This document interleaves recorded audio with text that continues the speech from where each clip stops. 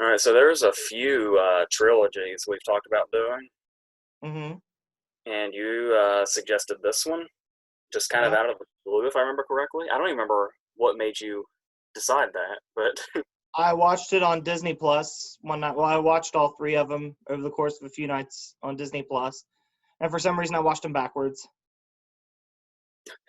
I don't know why. so you watched the Honey I Shrunk the Kids trilogy, Memento style, is what you're saying. Pretty much, yeah. It's like in every subsequent movie when they reference the past events of like, we've done this before, this happened before, and you're like, oh man, I can't wait to see what that was. Rewatching these two gave me a thought that hadn't occurred to me until this morning, actually, when I was laying in bed. It's a shame that Rick Moranis retired because, as great as he was in the role, how awesome would it have been in the Marvel Universe if Rick Moranis was Hank Pym? I could I could see that. It'd be a bit typecasting, but I could see. No, but it'd be a nice little callback. And these are Disney owned movies now, and Marvel's Disney owned. They could have done it. And I believe Disney had Marvel by the time Ant-Man came around. Although it is worth noting that you mentioned his retirement, Mm-hmm. and of course everybody's been wondering what is it that's going to bring him out of retirement. Mm-hmm. And as far as I know, nothing has changed since the news came out of what it is that's finally bringing him out of retirement. Mm-hmm. I don't think I've heard any news saying otherwise, have we? I haven't either, but I'll buy it when I see it because he could back out at any time. Because from what I understand, he really doesn't mind being away from it. Yeah, he's got his albums that he's like his music that he's putting out, so he'll Yeah, always have that. I'm just glad he's working. Rick Yeah, Moranis is like a staple of everyone's childhood. Like you have the Shrunk movies, you have Little Giants, you have Spaceballs, you've got Ghostbusters. I mean, I will the dude's fingerprints everywhere. Little Shop of Horrors. I will always stand by Big Bully. I don't care what anybody says. There's another one too. What's the one he did with Steve Martin? Is it My Blue Heaven? My beloved, he's also in Parenthood. Oh, that's right. That's right. But the dude's like he's like the for a long time I feel like he was considered like the quintessential like dad nerd. Yeah. Like he was like he's the foundation of what dad nerds are built on. Oh, don't forget the Flintstones as well. Oh yeah. I did forget that because he doesn't have his glasses, so it throws me off. Yeah. Like I think there was a while there when we would watch the Flintstones as kids where I never put it together that it was him. Yeah. I remember there being a time where I didn't know it was him when I was really, really young. Well, I think the fact is despite the quality of the movie, he's overshadowed by the spot on casting of John Goodman. Well, really, they're both spot on once you see Yeah. it in context. Yeah, that's true. All right, so should we discuss these three? Yeah. Have we even Uh, said what it was? what was that? Have we even said what it is yet? Probably. If Yeah. not, they know. Yeah. If you haven't figured it out by now, it's the only trilogy Rick Moranis ever did. Say what? Why did you click on this if you don't know what we're gonna talk about?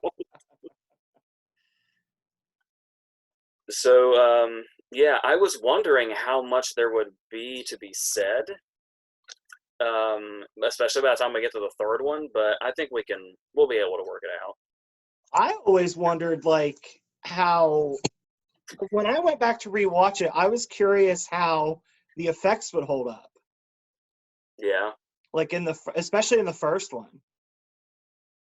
And honestly, I feel like they hold up pretty decently.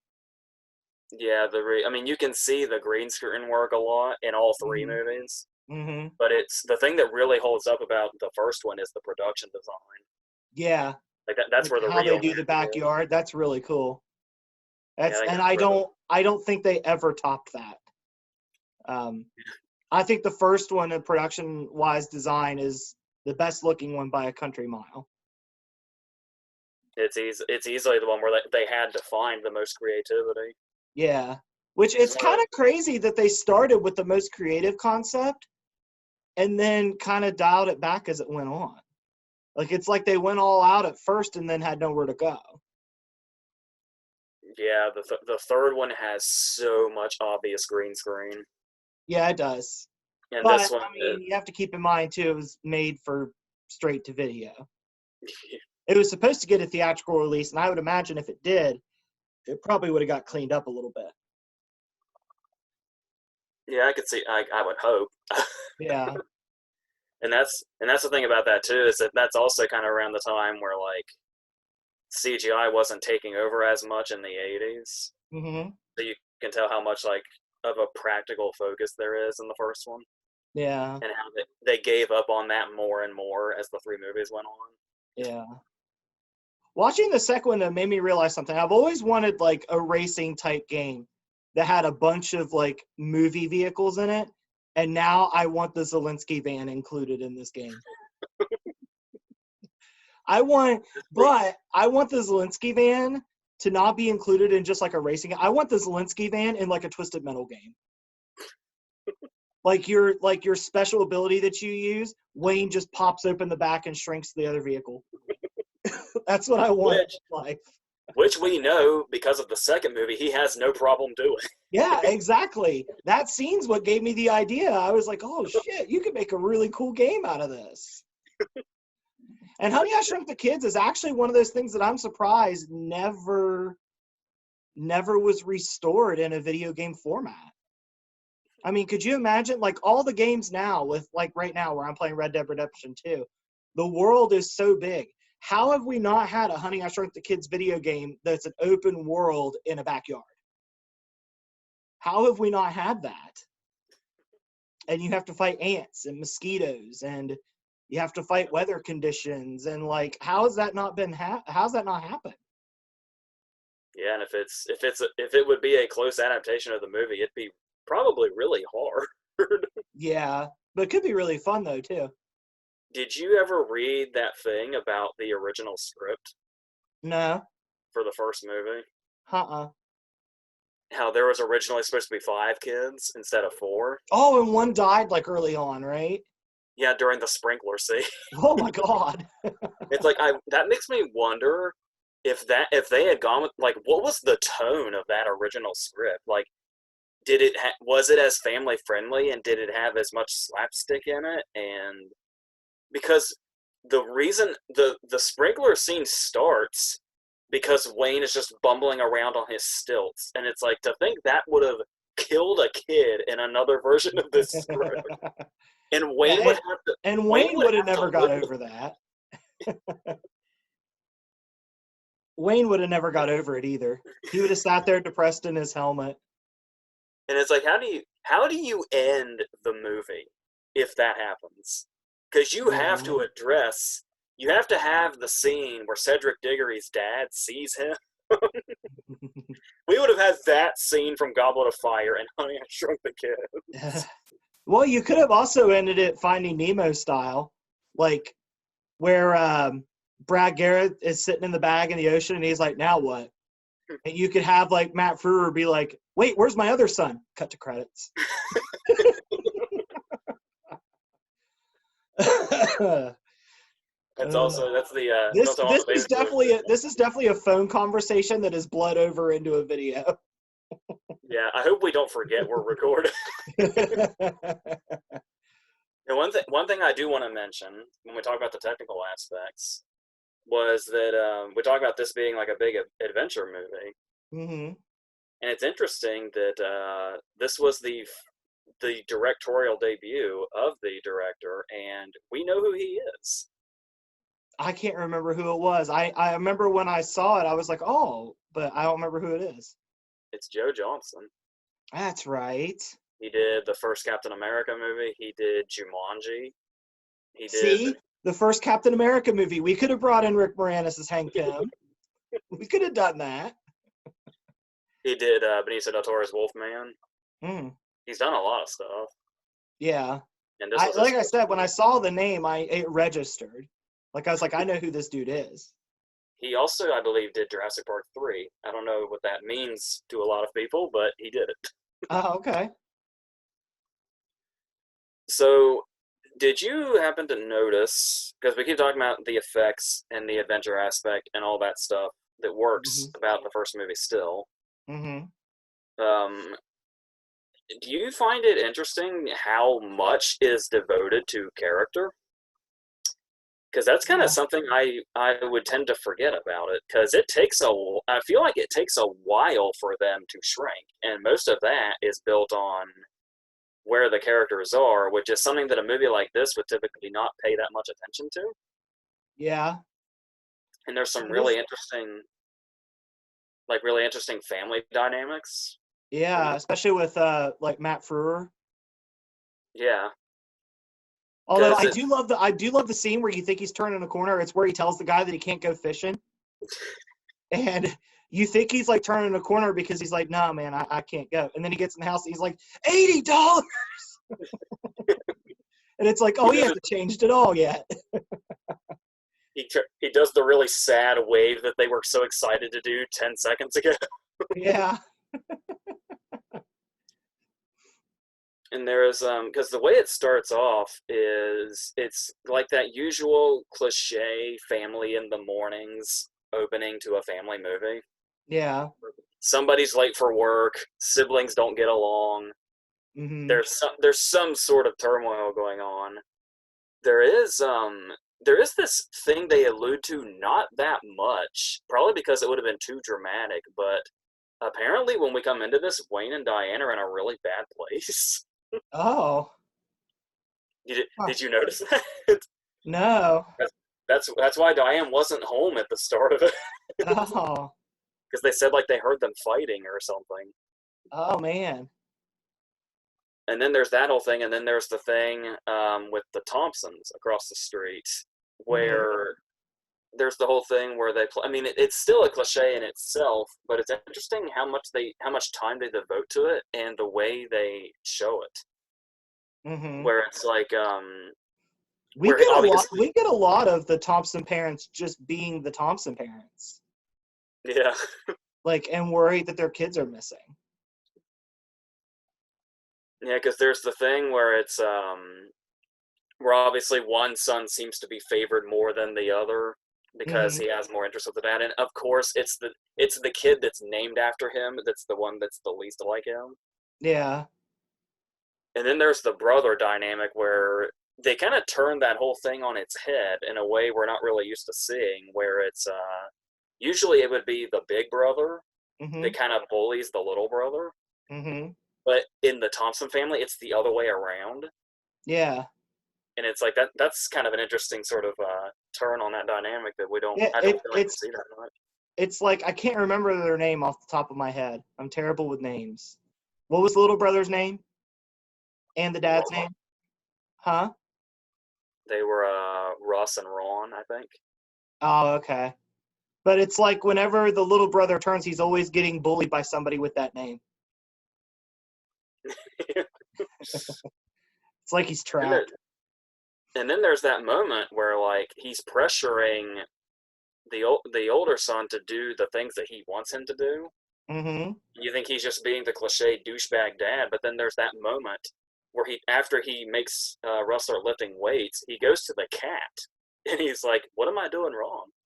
Like he doesn't understand that he's the douchebag dad, and he doesn't want to be the douchebag dad. Yeah. It's like there's so much going on with the relationship drama before anybody's even shrank. Yeah, it's like a tale of two movies. It's like there's this family movie just moving along that could be borderline serious if it wanted to be. And then the kids shrink and we're just in a completely different movie.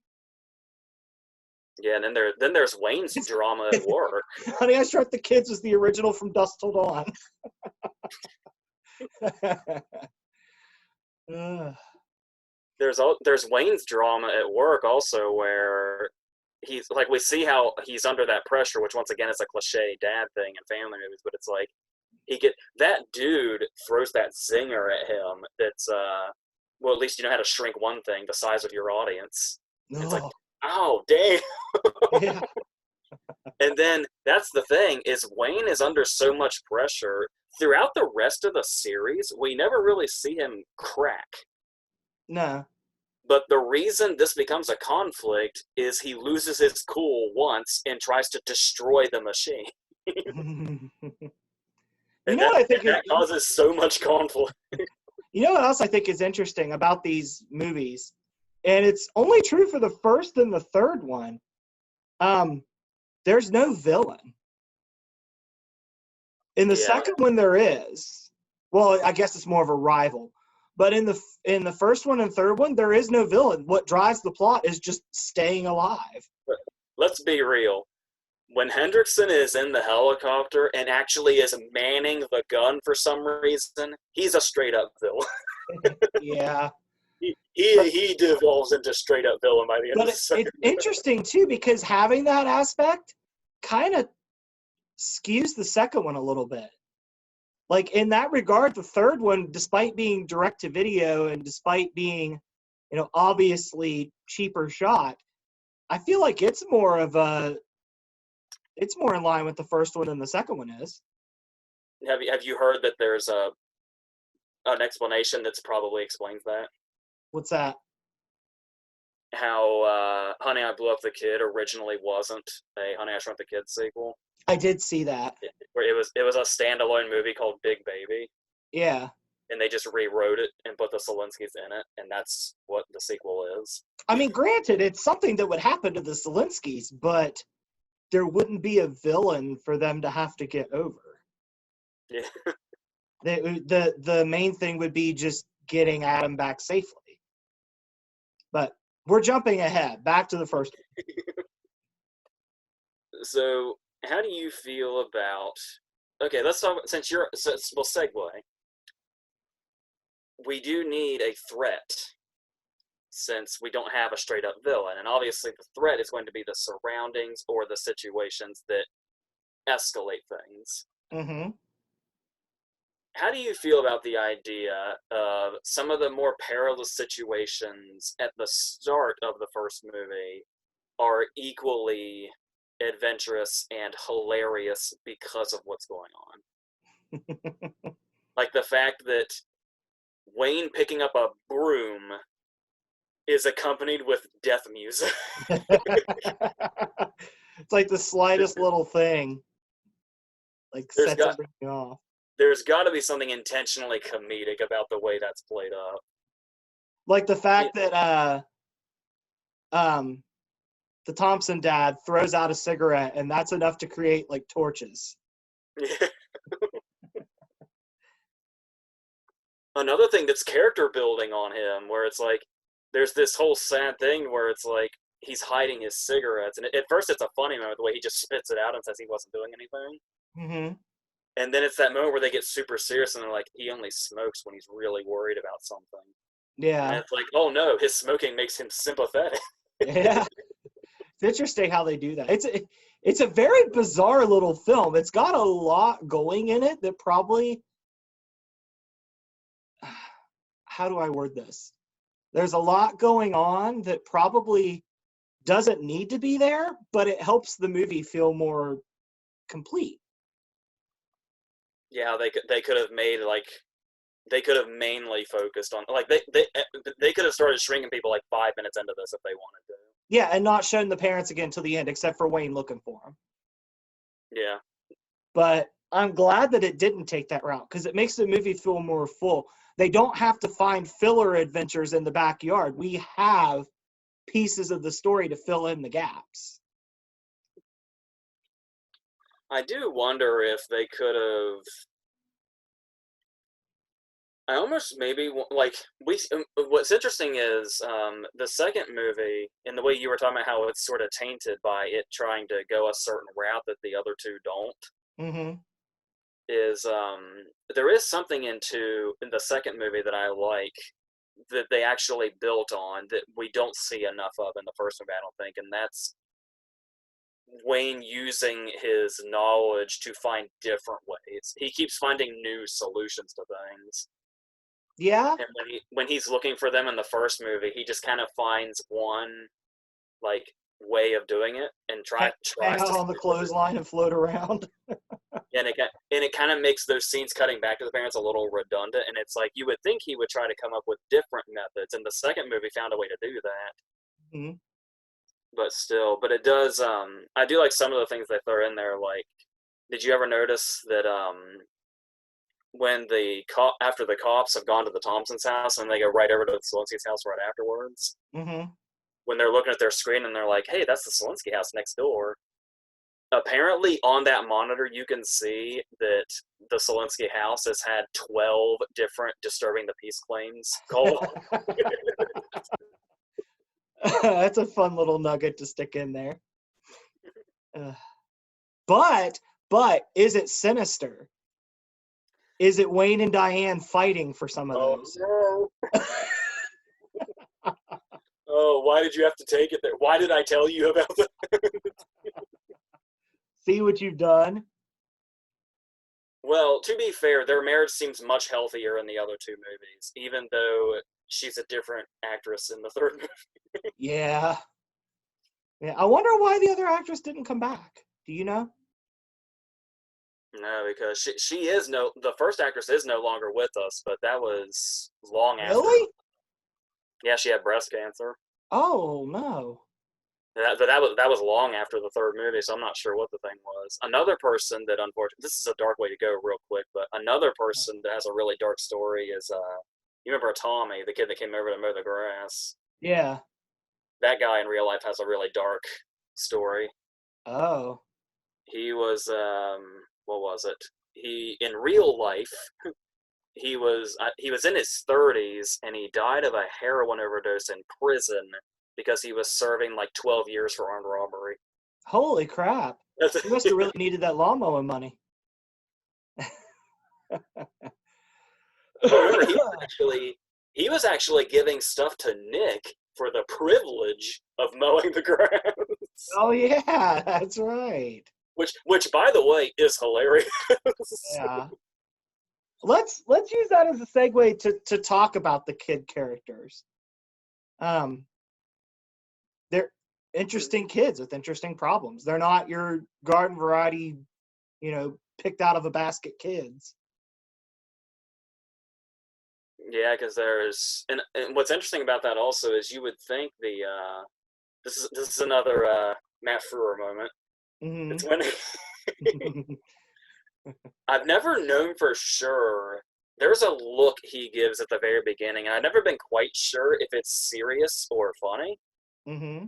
And it's when Russ is walking around the house and he sees Amy dancing in the window, Mm-hmm. and he gives that look. And I've never been able to tell if it's a look that says, "Oh no, he's growing up. He's starting to like girls and stuff like that." And it's like, "Oh, we're turning a new chapter in life," or if it's a look that says, "Oh no, of all people, it's the weird girl next door he's got a thing for." I can't tell what that look says, It could but I be feel like either it's one. one of those two things. It could be either one. It could be both. Yeah, because it's a running joke at the beginning that both families think the other one is the weird one, Yeah. and both are justified given what we see, given the proof, given the video evidence. Yeah. Yeah. It's weird because normally in any other movie like this, the Zelinskis would be completely wholesome, and the other family would be, the odd ones, the mean ones. But they both have their own skeletons. It's This is this is what we're basically looking at is there's probably a Blue Velvet situation going on here that this movie couldn't cover because it's a Disney movie. Let's get the rated R cut of Honey, I Shrunk the Kids in here stat.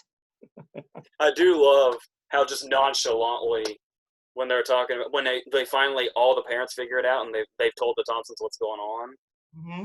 and they're afraid that something bad will have happened if they try to get like when the machine went off. Mm-hmm. And Wayne says, oh no, that wouldn't have happened. We know there'd be pieces of them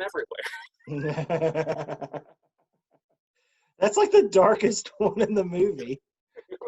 because he's just so. That's just the way it would be. There'd be pieces of them everywhere. We would know if that happened. Yeah. And I believe Thompson counters that by saying there's going to be pieces of Wayne all over the neighborhood.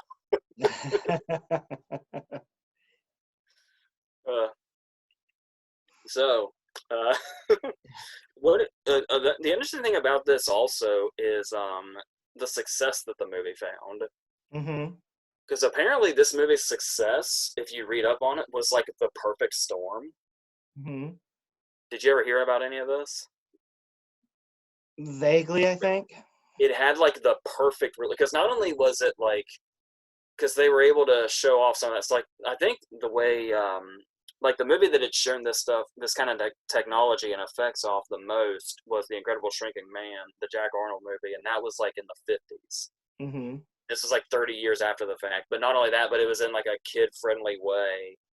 And it was like, was seen as like this really big adventure movie. So on concept alone, it was probably going to do well anyway. Yeah. But there was a lot of people also credit the fact that it was the year after Who Framed Roger Rabbit, Mm-hmm. which obviously was massive, and it was like heavily publicized. Like it was heavily in the marketing that the short before this movie played was a Roger Rabbit short, the year after Mm-hmm. Who Framed Roger Rabbit came out. Yeah. And then on top of the fact that Honey, I Shrunk the Kids and Batman came out the same day. Yeah. And apparently this movie actually made a lot of bank solely off of Batman's showing selling out and people needing Yeah. another place to go. Mm-hmm. And so this movie being successful was just like a perfect storm of so many things. I also wonder if there's a little bit of played in that parents that thought Batman might have been too dark let like their teenagers go to Batman, and then they took their kids to this. Yeah, Which this almost had a child death, which Batman did not have. So and then Batman followed them around because Returns and Honey, I Blew Up the Kid only came out like a month apart. yeah. And I think, didn't We Shrunk Ourselves come out in 97? Yeah. It probably would have beat Batman and Robin. They decided to go to DVD because they looked at it and they're like, God, another Batman movie is coming out this year. But they don't realize they could have beat it. Well, to my understanding, We Shrunk Ourselves going to straight to video was almost an experiment on their part. Yeah, it was. They were starting their direct-to-DVD department because it was originally supposed to get the theatrical release. We already talked about that. But yeah, it was something that like Disney was like testing the waters on. Which is funny because I remember it being on VHS and DVD, but I think the first time I actually watched it, I think it was just on the Disney Channel. That sounds right. Yeah. And I was like, oh, what's this? I mean, and the first one has so many iconic things too, like the giant ant. It's the most tense eating of cereal of all time. Which it almost feels like the climax is kind of sprung on us. Like I don't think like if you're watching the movie for the first time, mm-hmm. I feel like you may not realize when you're watching it that the cereal scene is the climax pretty much. Yeah. We just kind of get there suddenly. There's it almost feels like Quark showing up is like kind of a cop out. Because it's like, oh, by the way, we'll just ride him to the house. And they're just there. We don't even see that. It's like somebody was looking and they were like, all right, this is going really well, but they've got to get to the house. It's like we're nearing the hour and a half mark. We got to get them on the kitchen table. Yeah. Which it's funny, like we were talking about, it's weird how the environments like revert. Like in the first one, it's the backyard. In the third one, we're in the house. We never go outside. Yeah. I think we go outside to scale down to a window. I think that's it. And if I remember correctly, we don't even see that happen in full. No. Nah. But it makes it nice too because it makes for a lot of fun little scenarios in the house too. Yeah, because it's kind of one of those things where whenever you're getting one thing, it makes you wonder about the other. Mm-hmm. Because it's like when you watch the first movie, like taking the third one out of the equation, your thought might be, "Oh yeah, this is definitely something good to do with this concept because the backyard is literally a jungle now." Yeah. But then once you get used to that, your thought process is probably, "I wonder what would it be, what kind of obstacles they'd run into if they were still in the house." And then the third one answers those questions. Yeah. The best that their little straight to video budget could, Yeah. and their obviously straight to video CGI could do for us. But Mm-hmm. yeah, I think that about covers everything I was going to say about the first one. Yeah. And the first one's it's still a good movie. It's a good watch. Mm. Now we'll go to the second one. And let me start off by saying that despite the fact that it's not that true to the original, where it's kind of a Frankenstein movie as it is, let me just say, going back and watching it as an adult, I never appreciated how funny the concept was of the Szalinskis living in a neighborhood where they had to comply to a homeowners association. That in itself is hilarious. As an adult, and now that I know about homeowners associations and how they work, that's a hilarious concept to me. Like, Do you realize how long it was before I realized Julia Sweeney is one of the nosy neighbors? yeah. So yeah, I mean that starts out funny, and they do take advantage of that because they have the funny mailbox and the noise and the nosy neighbors. So I mean that is a funny new environment to go to. We don't stay in it, but it's funny while we're there. And you can tell after the events of the first one that you can tell that they're in a much richer neighborhood. Yeah, they're more upscale for sure. Then in the third one, And they they're kind of and they're go out in back. Vegas. Like they went to the desert, Yeah, which is weird. But I mean, I guess it fits for the concept of what happens in the movie because then, he has to go to a city. Like there has to travel has to take place. the interesting thing to me about the second movie is I don't know if you were the same way or not, but for a reason I don't really recall, because it probably goes before I even had memories. Mm-hmm. This was the one that I watched like constantly growing up, rather than the first movie. Like I feel like I found the first movie later, and like I was probably like maybe 8 or something when I finally saw the first one all the way through. Mm-hmm. But this was the one through childhood that I saw like constantly. Mm-hmm. I'm not sure how that happened, unless it's I don't know, but because it came out after my birth, unlike the first movie. But Probably. That's probably part of it. so this movie in its entirety has been in some place in my memory for as long as I've had memories, pretty much. Mm-hmm. And it's been interesting to watch it every now and then. Now that 30 is coming, age Mm-hmm. 30 is coming in the next 5 months. Mm-hmm. Um, and is there anything in particular that catches your eye about the second movie? What do you mean? Well, I don't know why this stuck out to me recently, but what's with the drastic change in Nick's interests? I know, he's like a teenager now, and that's gonna happen. But I mean, it was kind of a drastic turn. Like the only time he's ever sciency is Mm-hmm. he suggests the Coke bottle. Mm-hmm. And then every other time, he's like every other normal teenager that totally didn't grow up being as sciencey as he was in the first movie. Look at his dad.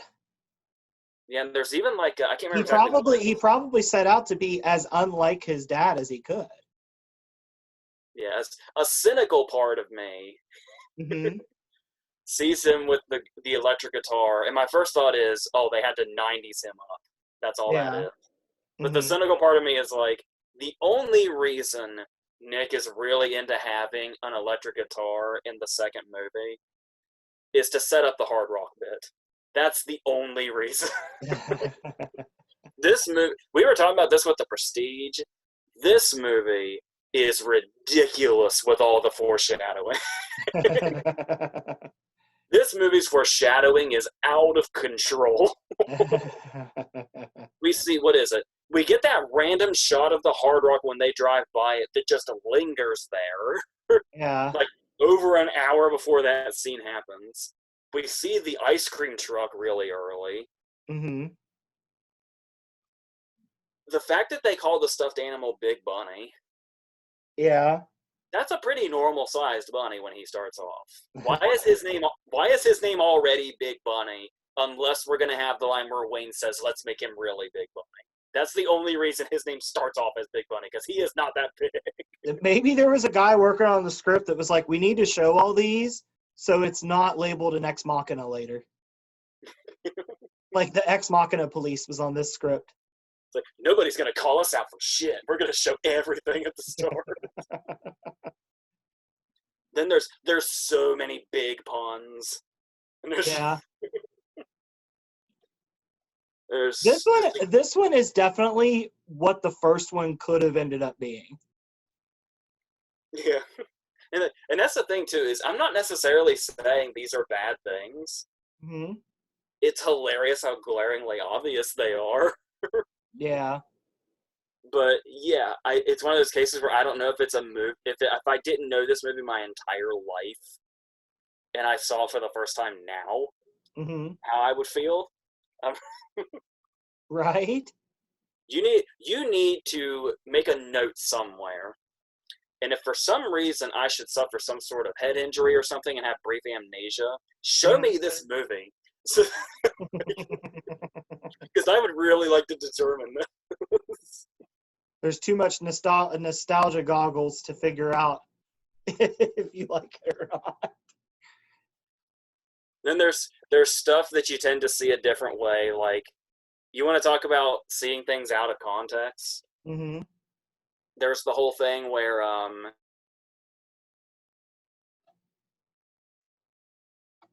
don't you really want somebody to just see the clip out of context and they know what the movie is, of Diane running up to Wayne when she actually says, no, don't say the N-word in front of it.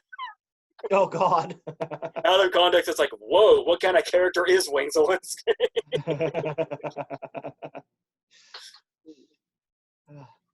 I mean, it's one of those movies that, you know, that trend on YouTube where people cut movies into horror trailers?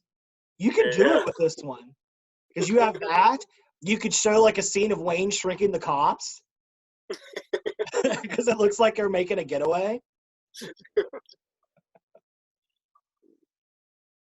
Yeah, it's worth noting, speaking of them leaving there, I'm guessing you saw I read this, and I have seen the crate next to Diane when it cuts to her, when he says, when he tells her to go look for a forklift. Mm-hmm.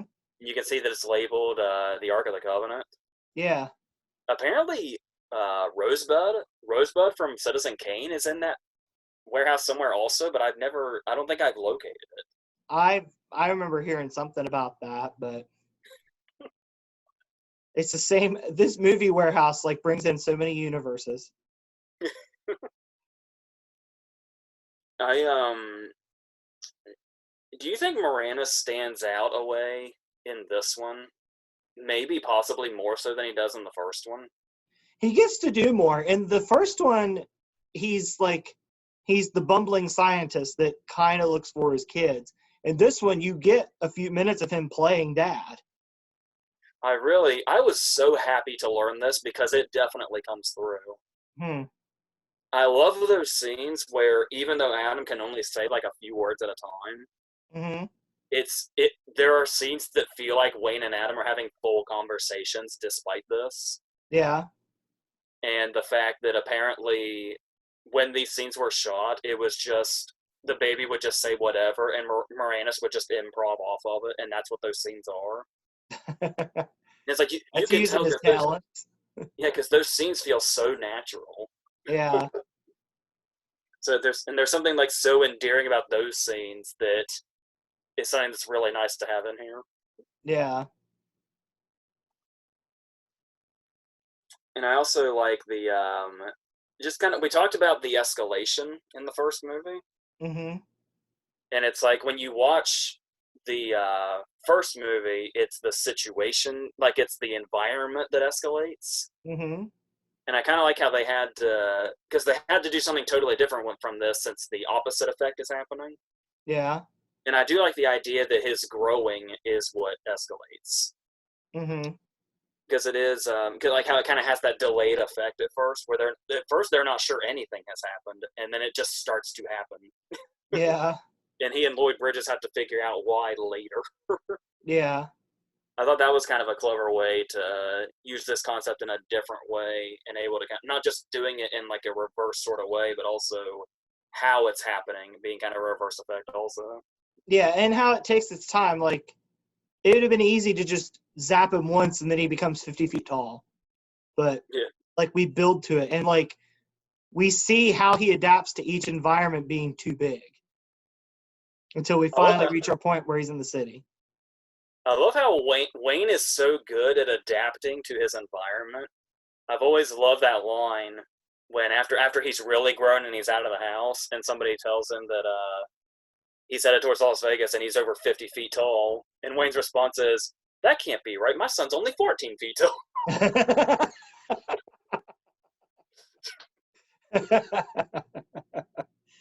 Yeah. Like he had already settled into his new normal.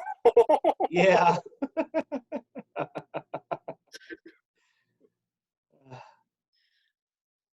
Mm. And then I love the way they word it later when the news starts taking over and Hmm. he's headed towards the city, and the news calls him a human baby of abnormal proportions. And it's the line, just everything about this transition to the Vegas scenes is hilarious. I love the moment where I want to say it's right after he's caught the ice cream truck and he's just standing there, and Hmm. they're trying to figure out if he's a threat or not. And the guy's like, "Well, he's just standing there, and he's smiling."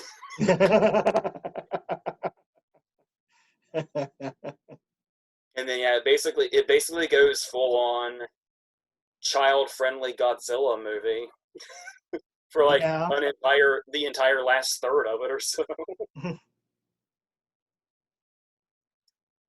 I do also love Ron Canada's delivery where he's the one driving the ice cream truck, Hmm. and after he's been caught, they save the reveal to pan over, and they're like, "Oh, he caught you. What did he do?" And he's just like, "What do you think he did?" And it's funny too, like that scene, like everything is so triumphant, like everybody's like, "Oh, this was such a good idea," and then the music starts to turn a little bit as Adam gets closer until we're at, "Yeah, he caught me." And then we come full circle. We come full circle many times actually in the climax. Hmm. Nick almost gets eaten again. Yeah. I love that this is a recurring thing for it. I love that he doesn't quite say it exactly in the first movie, but he just straight up says "Honey, I Shrunk the Kids" at the end of this movie. He just Yeah. he just flat out says the full Yeah. shameless. Oh yeah, and what about Carrie Russell playing the babysitter? That's another recurring joke. I love that she keeps thinking his name is Rick for some reason. Yeah. And I love that that's such a great reveal where we remember at the same time the events of the movie when Wayne does. Yeah. And when they're in the warehouse and he's like, "Oh man, I just wanted to take Nick to the movies." Oh God. And we're like, what did he just remember? And then it cuts to Carrie Russell coming to the house and it's like, "Oh yes, that is happening." It is funny that his reaction is just, "Oh God." There's a lot of little great Wayne moments in this. You know what moment I love that I only noticed it the last time I watched the movie. Hmm. This movie's been in my brain my whole life, and I just noticed a little something the last time I watched it. What's that? when they go to get Adam's clothes so that they can disguise him to sneak him into the lab, Mm-hmm. and Wayne's coming out of a big and tall store. Mm-hmm. And it lasts for a second, but there's a really tall guy going into the store that opens the door for Wayne. Mm-hmm. And for a split second, Wayne like looks him over like he's in shock at how tall the guy is. And it's only for like a split second. I haven't noticed that. It's literally as he's passing out the door, he just goes, and that's That's funny. That was his Lewis Tully coming out there a little bit. yeah, it was very loose. It was like when Lewis Tully starts sniffing the cop in Ghostbusters. It's that shrunk down to a fraction of a second. Yeah. What's I I don't know why, but something that's always cracked me up about Ghostbusters and Rick Moranis is the fact that I'm supposed to believe that Rick Moranis is a character named Vince Clark. And every time he's addressed, it's his full name. But anyway, back to what we were talking about. I mean, I would say if the movie has one weakness as far as its jokes feeling limited is there's two particular jokes that they use really often. mm-hmm. One is the big puns. Yeah. The other being, did you ever notice how many times they use the joke in this movie? I mean, I get a running joke is a thing, and we talked about that before, Mm-hmm. and the ones that do work. But a running joke that just kind of keeps happening in this one, because it almost seems like they ran out of jokes or they ran out of dialogue even, Mm-hmm. is the running joke where Diane will say something, or any character really will say something, and Wayne will say, I can handle this, Mm-hmm. and then he just repeats what Diane or whoever else said. Mm-hmm. That joke is rampant in this movie. It's like, I get doing it like twice, maybe a third time. Mm-hmm. I feel like it's more than that.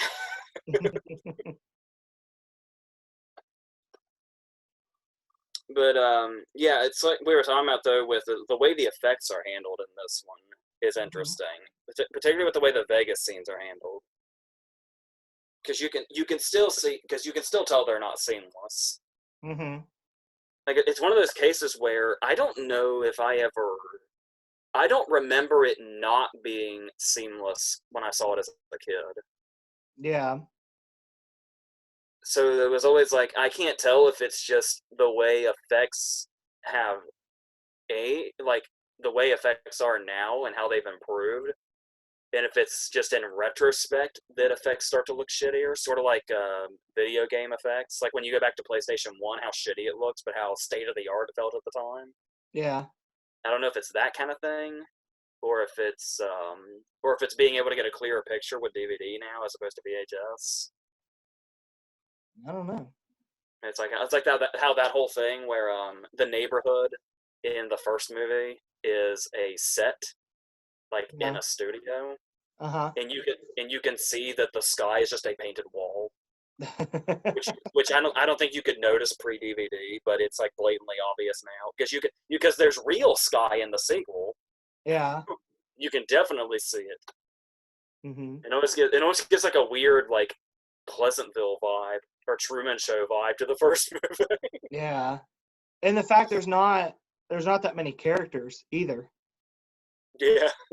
There's what, less than 10? Probably. The Foresters get us really close.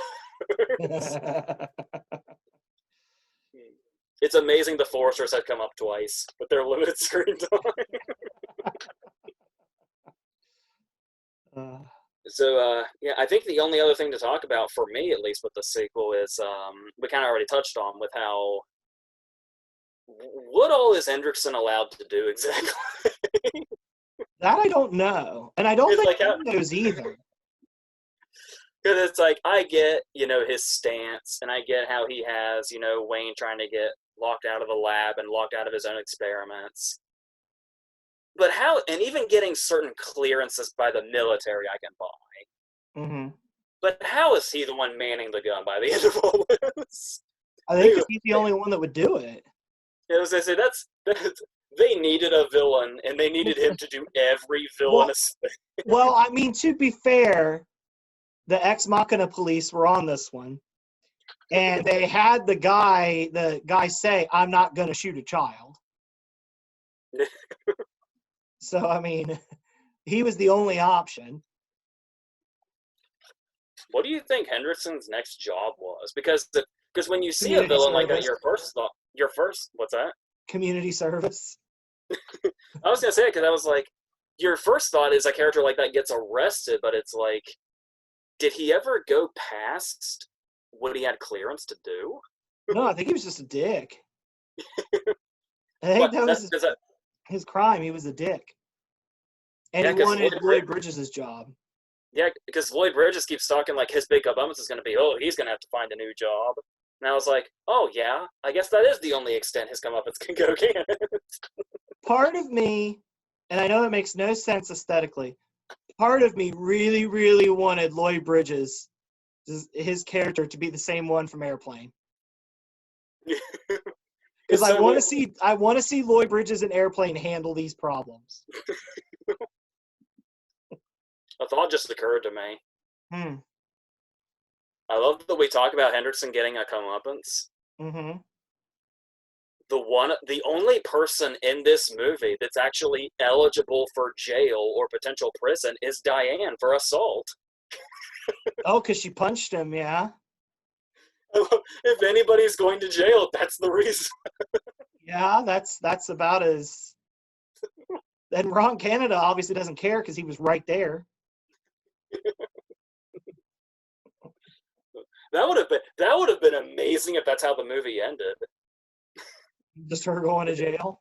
Yeah, like I remember at the end of Little Miss Sunshine, they just kind of get like semi-arrested. Like they get arrested, but they eventually get let go. Yeah. Some sort of legit arrest would have been hilarious. Here's my question though. After rewatching it, do you think there will ever be a time where Henriksen will be looked at the same way as Walter Peck? Where if you look at all the shit that's gone awry under the Szalinski watch, maybe Henriksen's in the right. And he's just an asshole about it. Like, is Henriksen Walter Peck? We're back to Ghostbusters. Yeah, because it was... Well, really the only thing... Was it really just his greed that was getting him to shut Wayne out of everything? Mm-hmm. It wasn't necessarily that he thought Wayne was a potential danger. At least... I mean, is it any different, Henriksen firing the trank gun as Peck shutting off the ghost trap? Yeah, because, like trying to justify that they were just tranquilizers is what got him knocked out. Mm-hmm. But I mean, at least that's all it was. Yeah. I mean, yeah, there was unfortunately the guitar like zapped him because it was in the middle of it, but Mm-hmm. but I mean that wasn't. I can't imagine that was too intended. No. So have we finally figured out that Dr. Henriksen is Walter Peck? Tell me I'm wrong. Give me some evidence and tell me I'm wrong. I can't think of anything off the top of my head. Because him and Walter Peck address it the same way. They're results people. They're just assholes. By the way, that lab technician, that other dude, did you recognize him? No. He was the villain's son in UHF. Oh, yeah. And that guy is also Zombie the Genie on Pee-wee's Playhouse. No kidding. I am not shitting you. Huh. Interesting. It is, when you know, it's so obvious. I'm going to have to go back and check this out.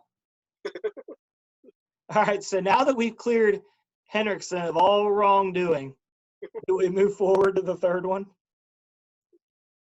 For all we know, when Henderson did get his new job, he's probably in like severe power now. Yeah, he probably got exactly what he wanted. Because that other dude that he was talking with at the lab totally had his back. Yeah. He said straight up, "We're going to do right by you." Yeah. And he had the security guard in his pocket and everything else. Yeah, come to think of it, who are the real villains in this movie anyway? Who are the ones that. Well, he did that to Adam by accident. Like, he didn't know that happened at the time, so we can't say that Wayne did it on purpose. But still, him doing what he wasn't allowed to do started this. Yeah. So Not only that, and remember he wiped out like their entire database. Like he fucked that company royally.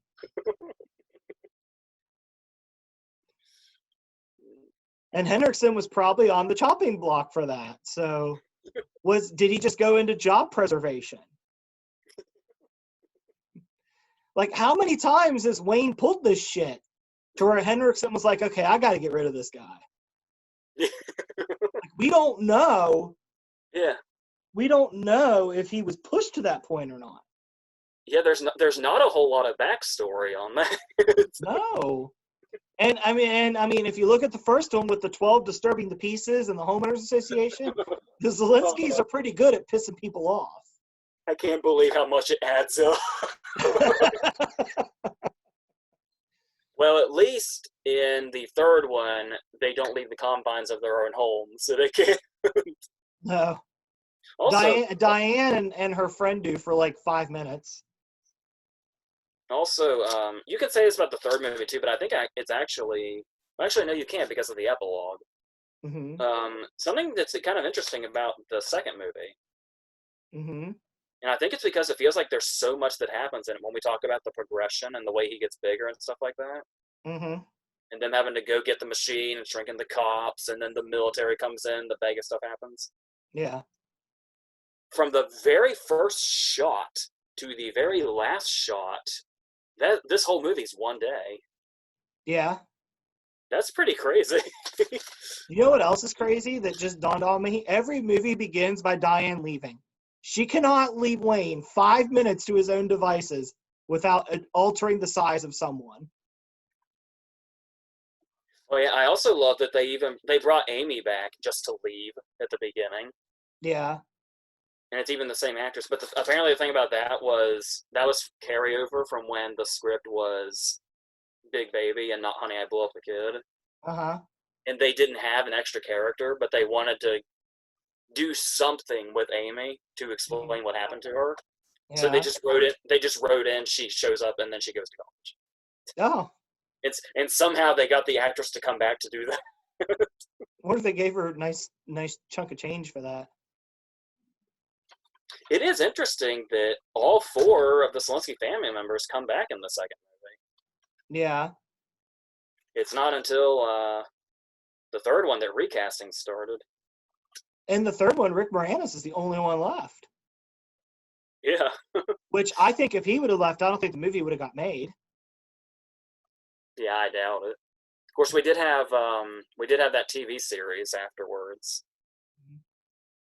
which I remember that I watched some of that series, but I don't remember anything. I don't remember anything specific. I don't either. The guy who played Wayne is somebody we know, and I can't think of who it is off the top of my head. But I guess we should talk about the third movie. Yeah, let's get there. Okay, I got a question right away. All right. What the hell is up with the damn Tiki Man?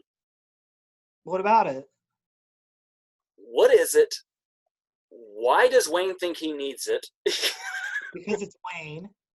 Because he did I hear correctly? He said he spent like the money from his MacArthur grant on it.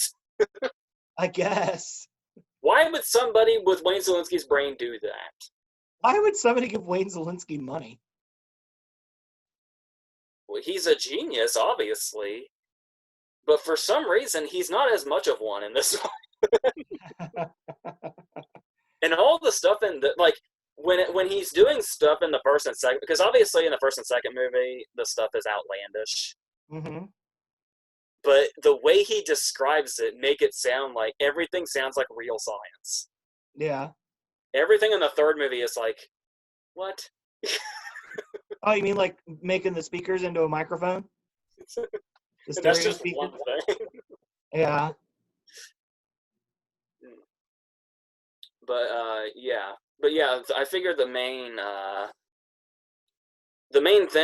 drawing point to the third movie is what we talked about with perils indoors versus outdoors. Hmm. Kind of having that question answered. How do you think they handled coming up with enough perilous situations indoors? I mean, they did what they could. Um, it's also interesting too that this is the first one where it's the adults that have been affected, and we get to see how an adult would reason this out. Well, Yeah, Wayne and three adults. yeah, because Thompson goes for the test run at the beginning, but he comes right back Yeah, in the first movie. I mean, at the yeah, beginning. While we're on the topic, something we mentioned last time we talked about this was there's a lot of people in this. yeah, May not be a lot of returning cast members, but a lot of people we know now. yeah. Got Bug Hall, Allison Mack, Mila Kunis. Did you recognize the kid that plays Mitch? No, Mitch is the kid that tries to buy weed off of Jay and Silent Bob in Jay and no, Silent he's Bob Strike not. Back. No, he's not. And He the one Clerks that comes 2. back. Does he come back and reboot? He's in Strike Back, Reboot, and Clerks 2. He plays the same character. Man, his potassium deficiency must have really affected him. I'm pretty sure he's the one in Strike Back that says, "Can I get a nickel bag?" Oh, nice. Nice. Also, can I mention that I love when you talk about the new characters. First off, it's interesting that Wayne's brother hasn't been mentioned until now. Yeah. And But I love he's a scientist too. Sort of. yes, He's more the business mind. yeah, that's how they end up where they do at the end of the movie. Yeah. And that, of course, is Stuart Pangan, who was Michael. Oh, you cut But out there for a minute. Who was he? he was Michael Douglas's work buddy in Fatal Attraction. There's the Hank Pym connection again. And for more of a connection, he was also in Big Bully, so there's that too. Oh, okay. And I love he's a great addition to this. Yeah. Like I love the back and forth that he and Rick Moranis have. Yeah. And then his wife Mm-hmm. is one of the patients in Shutter Island. Really? One of the ones that DiCaprio interviews, and you can tell when you go back and watch Shutter Island. Oh, I'm gonna have to go back and watch Shutter Island then. Not that that's a chore anyway. So, as we said, if there's one way this movie suffers, it is because we talked about the different perilous situations. Mm-hmm. This one's very heavy on bugs. Yeah. And it's like, I guess so, but at the same time, it's like, I wonder if we could be as dismissive of that as if it wasn't for the kind of CGI we're working with here. I know it's 1997 straight to video CGI, Mm-hmm. but it's had an aging problem. Yeah. Like I said, I asked the same question where I'm not sure if I don't remember it looking bad when we watched it as kids. I But remember I it looking pretty straight to TV. yeah, it's like I don't know if that's just the progression of effects or what, but because that's the thing is the way they did like the camera tricks like in the second movie when they're in Vegas Mm-hmm. and how much they use like illusions, like how much we have close-ups of Adam and then like the practical effects that make him look like, from the knees down. Mm-hmm. We don't really get much of any practical stuff in this one. It's all that obvious green screen and CGI. Like 98% of it is that. Yeah. And it's like, so it's nice every now and then when we see them like the scene when they're in the laundry. Mm-hmm. Feels like one of the only times they're on some physical set that's made to look like a larger version of. Yeah. I think it'd have been cool. It would have cost a lot of money because it's a car. I think it'd have been really cool to see like a full-size version of the shark car. That'd have been cool. Yeah. Yeah, that would have been their whole budget probably. Yeah, it would have been, but it would look You can cool. tell because when they actually get in it, you can tell it's like made of like plastic, which of course is the point. Yeah, I And was gonna say it's supposed to. to their credit, I do think the Shark Cruiser on the track is a scene that works. Hmm. Like there are actually thrills to be had there. Obvious green screen be damned. Yeah, But yeah. But then there is I'm still trying to figure out how they survived their fall down the as I'll call it the Verdell fall. yeah, I was wondering that also to where it's like even with the soft landing, that's a pretty intense fall. Yeah, yeah. Speaking of intensity, we were talking about the real family moments in the first one. Hmm. I do have to give them credit. The scene when Mitch is starting to collapse due to not having his medication the first Yeah. time. I Hmm. mean, like obviously he like goes full on down. It's like, no, I'm talking about the first time, which weirdly enough is more intense because given the way this movie is, the kind of movie it is, and the kind of scenes we've been getting, and the way they use like the what's going on, the concept, Hmm. it's pretty intense that these parents have to watch helplessly as this happens to their child. Yeah. That's a pretty intense little moment there. they they literally they know what the problem is. They know he's literally on the floor and they can't do anything about it. Yeah. That's pretty that These got, movies, these movies like to tease a dark direction. Somebody in these movies is like, let's just go fucking dark. There's a guy that wants to feed his inner Rob Zombie and just take these movies in a horrible direction. reboot. We better watch out with what that reboot's gonna do. If they are doing that reboot, I don't know what they're capable of now. Oh man, So I don't know. So, what is another question I have is just, it's not even necessarily a critique. It's really just a, okay, what's with that scene? Okay, which one are you talking about?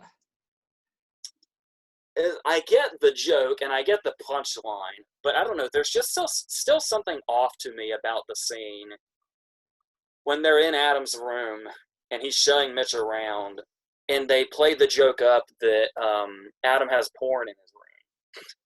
Yeah, And it turns out that it's just a regular Sports Illustrated. it's a Sports Illustrated for kids. It's not even a regular Sports Illustrated. Yeah. It's Sports Illustrated Light. And it's like, I get the joke that it's the fact that he says that Wayne would kill him if he knew he had it. Mm-hmm. But it's like, once it's revealed, it kind of takes a second to register because one thing is already in your mind. And when you see what it actually is, you're like, Adam's either gay or he's really into sports. Which one is he's into sports? Well, He's mine really didn't go there, but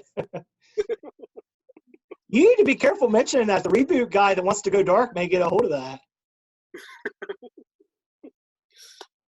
Now, of course, we got to bring Seinfeld in this. Not that there's anything wrong with that. Mm-hmm.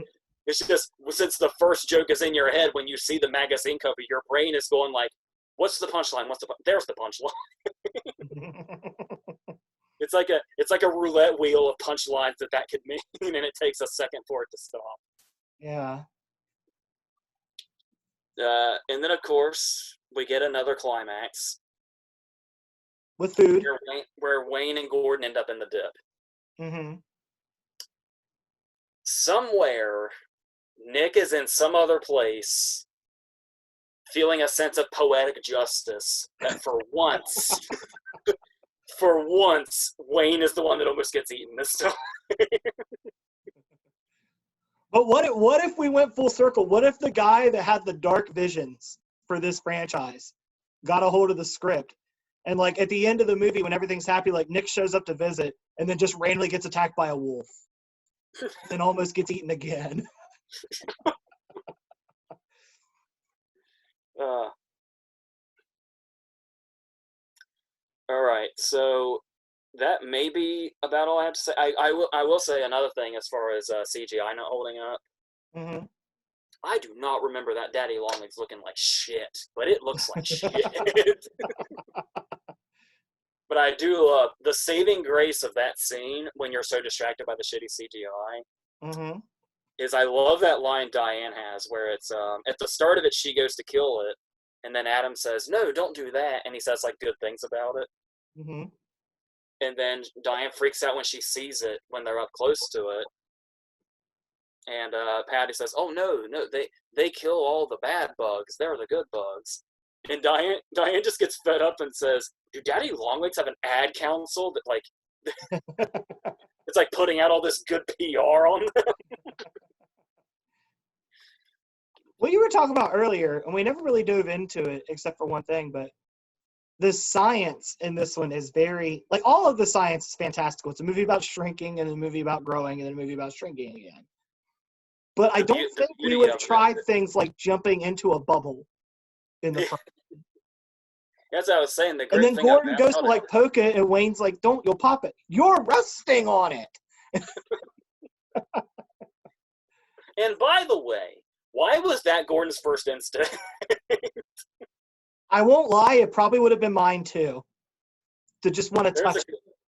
there's a great joke that makes me laugh my ass off in the new Bad Boys movie Mm-hmm. when they shoot somebody in the head with a rubber bullet and it puts a huge welt on his head, Mm-hmm. and Martin Lawrence has this impulse to touch it, and he says, "I got to, Mike. It's calling me." I think that's maybe what happened to Gordon here. Maybe. But yeah, that's the beauty of the first two movies.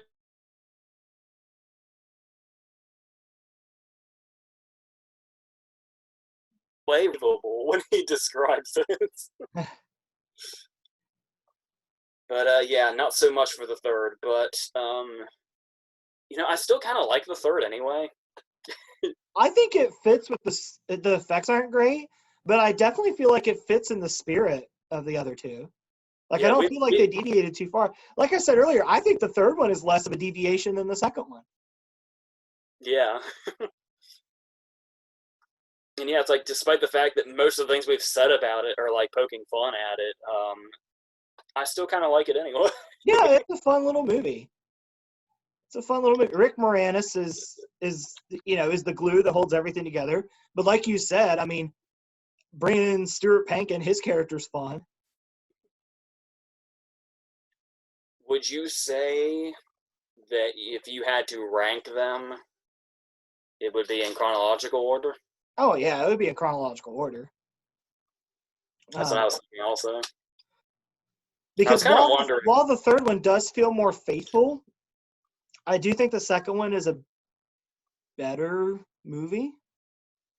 Yeah, there's a lot of people that think the second one's like really weak. Like it's only got like a 4 something on IMDb. Yeah, But I think we Shrunk Ourselves has 5. yeah, I think it's right around there. Yeah, I think the first one has almost 7. I want to say it's like 6.4 or something. Sounds about right. Yeah, That's I mean that's they're the not thing they're too. not super critically acclaimed movies. That's the thing too. Is it's usually like because anybody can like vote and do all that other stuff. It is a case of you shouldn't trust IMDb ratings. Hmm. But if something has an IMDb rating between 4 and 7, Hmm. it's usually pretty spot on. Yeah, It's the stuff that's like way up high or like way down that you're not totally sure about. yeah, and that's the thing. I think that's the thing with this trilogy is they're not the best movies in the world. Like, you're not gonna watch them and like your life's gonna change because of it. But they're I, like, I desperately, I desperately want to meet the person whose life was changed by one of these. but they're extremely likable. like, it's hard to watch the movie and go, I hate this. Like, this makes me want to harm animals or something. I think it's. I mean, obviously it's all the stuff going on, but I think Moranis' likability especially takes that a really long way. Yeah, Rick Moranis is without Rick Moranis, this wouldn't have become a trilogy. Yeah, He's just he's just such a likable character. He's a fuck up, but we like him because he wants to fix it. He wants to make it right. And like he has little quirks and likable ways that he goes about doing it.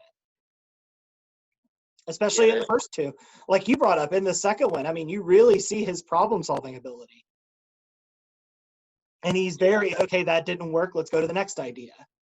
Like the second one's the weakest, but I would say you get more of Wayne being a scientist in that movie than any of them. Yeah, because the first one focuses more on like his struggle with everything that's kind of outside of that. Mm-hmm. Like almost the business angle of it. Like in the first one for him, when the kids shrink and he finds out, it's more like I gotta fix this too. Like all this other shit's gotta wait. I gotta figure out what to do here first. And in the second one, it's just there's a problem, he has a solution. There's a problem, he has a solution. There's a problem, he has a solution. And they're always a little outside the box, foreshadowed all to hell, but they're outside the box.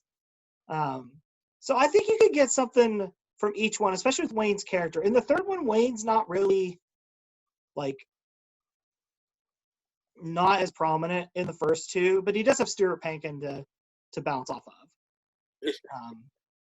And in the third one, he's just like being a dad, really, that kind of got lucky with his ideas. Because it wasn't like he had like really creative solutions. He just had to he took the most obvious solution. Like, oh, we need to get off this dresser. There's a car and a track. Let's go on the car. There's a bubble machine. We got to get downstairs. Let's jump in the bubble. But yeah, I think all three of these movies, I think they're likable. I think if you go back and watch them, the effects aren't going to hold up like you hope. But the likability of the characters involved does, especially Wayne. And that's why we need Rick Moranis to come back. I'm ready for the Rick Moranis Renaissance. Yeah, because it's like you were saying, where there wouldn't be a trilogy without him, and it's like, yeah, if he hadn't agreed to a sequel, we would have gotten that movie Big Baby without the Szalinskis in it, and I can't imagine that would have gone very far. I wonder if Henriksen would have still been in it. That's it. Henriksen is a self-aware character that is trying to bounce Wayne out because Wayne is intruding on his movie. That's it. So now we're going full Last Action Hero with Honey, I Blew Up the Kid. And the original producer is the one that's telling Henriksen, we'll do right by you. That's the original producer of Big Baby. And Lloyd Bridges is Disney just trying to merge this together. It's perfect. I did not think Honey, I Blew Up the Kid was going to take us in this many directions. Hey, man, you got to have fun with it. All right. So I guess that's probably about it, isn't it? Yeah, I would say that wraps it up after all the tangents and everything. All right. I guess we'll decide what our next one is. I don't think we know yet. No, not offhand. As far as the stuff I'll be doing, there's some new releases like Capone and Scoob are out there now. And I'm still doing that Stephen King thing, and yeah, so there'll be plenty of shit out there. Yeah, and I mean, we've put out, 3-4 videos in less than 2 weeks? That sounds about right. Yeah. So thanks to Zoom, we've been able to crank them out a lot more. Yeah. But we'll figure out the next one, kind of go from there. There'll be multiple movies involved. There always is.